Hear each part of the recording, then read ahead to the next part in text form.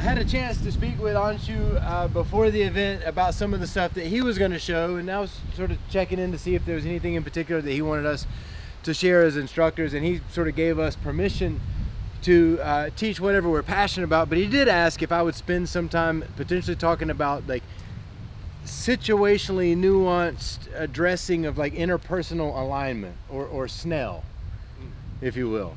So we're just talking about positioning yourself such that you have a clue what's going to come in. Maybe you've got some sort of shield set up so that you're protected.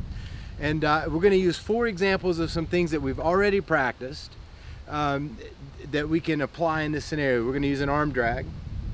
We're going to use a tactic that I call a rear arm cover. We're going to use a technique we've already looked at some this weekend called Musha dori. And we're going to play with a piece of a kata that we've trained called Y.oku-to. So just to remember those, you've got arm drag, rear arm cover, Musha dori, and Y.oku-to, or R.R.M.Y, if you will, right? So we're gonna do S.N.A.I.L R.R.M.Y today. Lead off, the attack's gonna be like a left hand. Maybe he's gonna grab me with the hand, he's gonna start to punch me or something like this. The first thing that we're gonna do to address this, if we have an opportunity, is position ourselves to the outside as this grab comes in with something that we call an arm drag. Right, something where we push ourselves over here where I can turn, and now I've got a clue as to what his intentions are. I've given myself a little bit of space and I can address it. The technique's not that difficult. Shadow box it with me here. If you're left side forward, your hands up, your palms are out, you see this hand coming in, can we meet it sort of wrist to wrist, maybe with what we'd call this like Yoshin style movement. I'm gonna pull a little bit. So I'm gonna pull and bring this hand underneath. Before this thing gets me, I gotta pull this across and position myself to the outside where I can cut through. This left hand comes in when I meet, pull, and switch directions. If somebody grabs your neck, you know, we'll do this a lot of times where we'll pop it across and drag it this way, right? But we're not gonna let them make contact in this case. So we're gonna meet them at the wrist. Your foot may go back as it happens, or you may just like pivot with it, but I want this hand to come up to the elbow.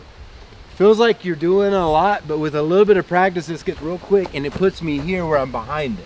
Exercise one more time, shadow box it with me, wrist to wrist, pivot and pull and move. You ever done that with like a spear? Like you shifted sides with it, right? So if you've never done arm drags before, but you've practiced any of our Bojutsu or Sojutsu techniques, this movement will feel familiar.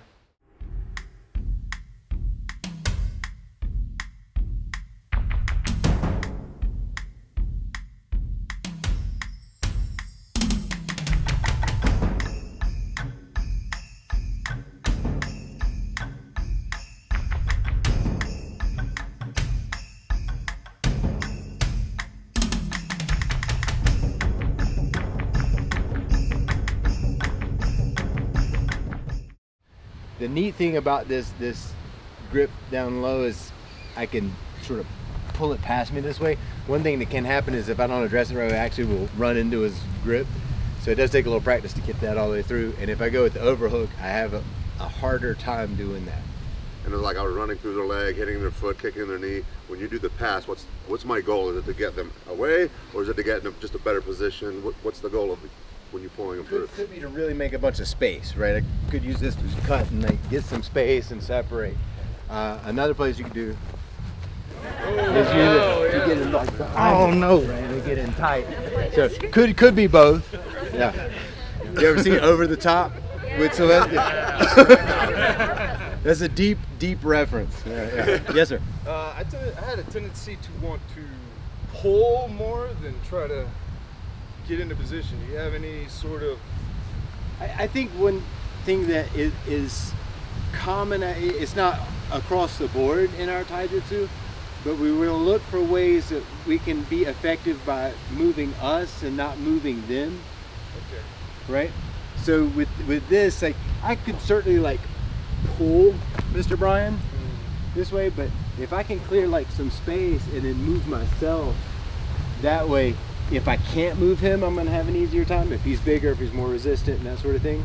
So arm drag is great and it will work if you can meet this as it's coming in. But if he establishes this connection and this happens, and I run back, you know, I could drop back in uki nagashi, but if we're in like a fire mindset, how many of you have done the drill where he starts to throw that rear punch and we get in there and we block it and we hit him and familiar? All right, so I'm gonna address the rear arm in the same way. The grab happens. Can I move in and get my arm over top of it? I'm gonna address this. If it continues to push, what's the technique that makes sense for me here? Musha dori, right? Just like Mr. Brett, just like Sweet Toshi was showing yesterday, right? So we're gonna put those two together. So we're gonna address the rear arm, right? So addressing this. If I'm in front and I hit him and go into ganseki, that's fine. But if in that he finds his way underneath it, we'll just stay with, work that same Musha dori technique that we practiced earlier in the weekend. Make sense?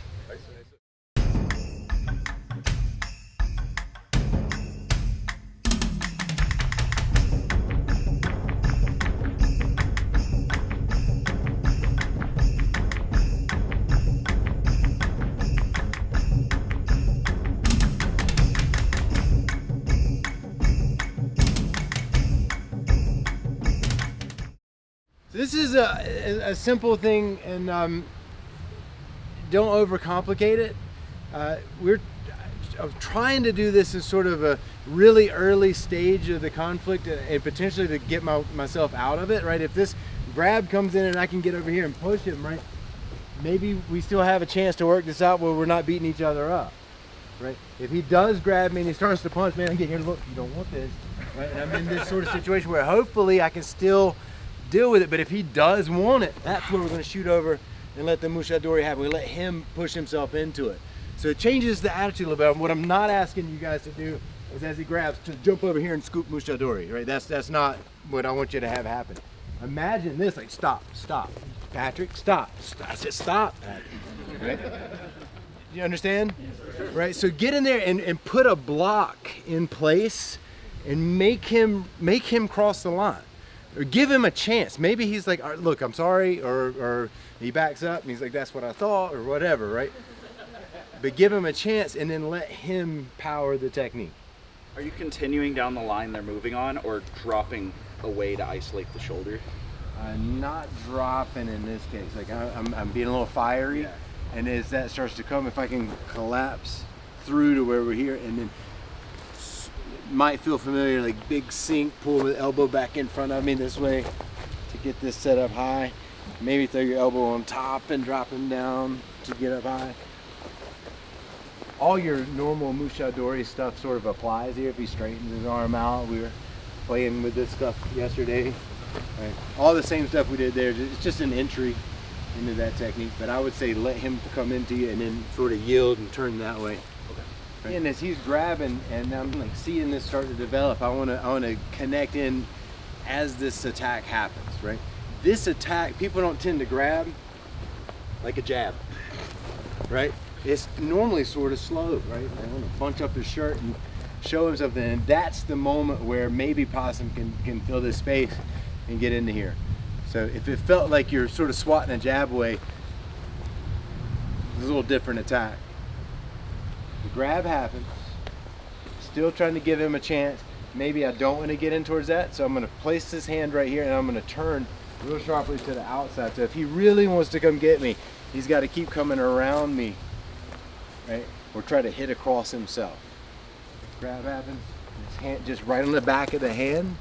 You don't have to get in and really push the elbow, you could.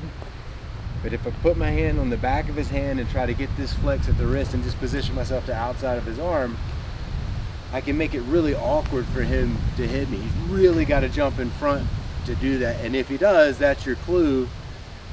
You need to do something, right? But maybe if he's grabbing like, hey, I can knock it down. If he gets a grip, hey, I can move over here. And if he does come in, that's when we're gonna bring this elbow up underneath, right? Just gonna sneak down and sneak this up. This is a little close-in version of our yoku-to kata, right? Maybe I can hit him down here and hit him across there. The grab happens, we'll sneak over, everybody turn with me this way. Punch comes in, sink down, throw his elbow up. I wanna catch him right underneath his chin. Right. From here, maybe a little step switch knee, and then we can hit right across over the top, punch him in the back of the face, get elbow, palm strike, or an elbow is really nice because then you can clip under and get back to here. One more time. Hide, you got your clue, something's happening.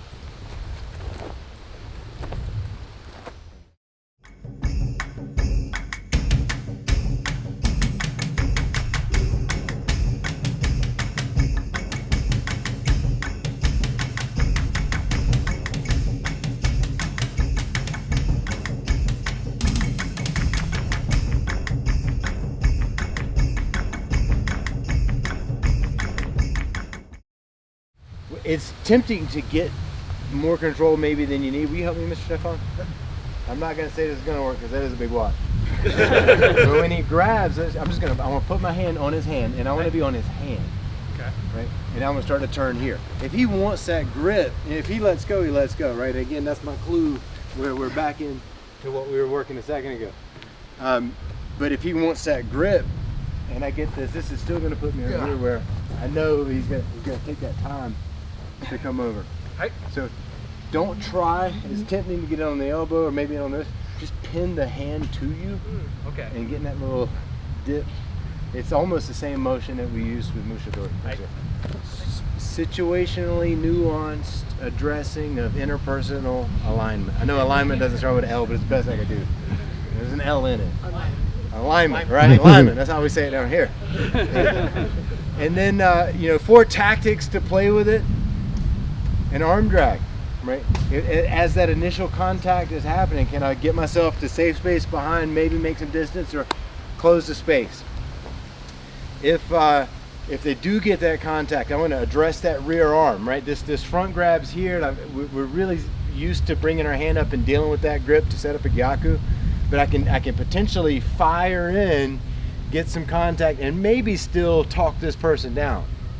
If they don't, that Musha dori is waiting there for us, right? They're gonna power it themselves.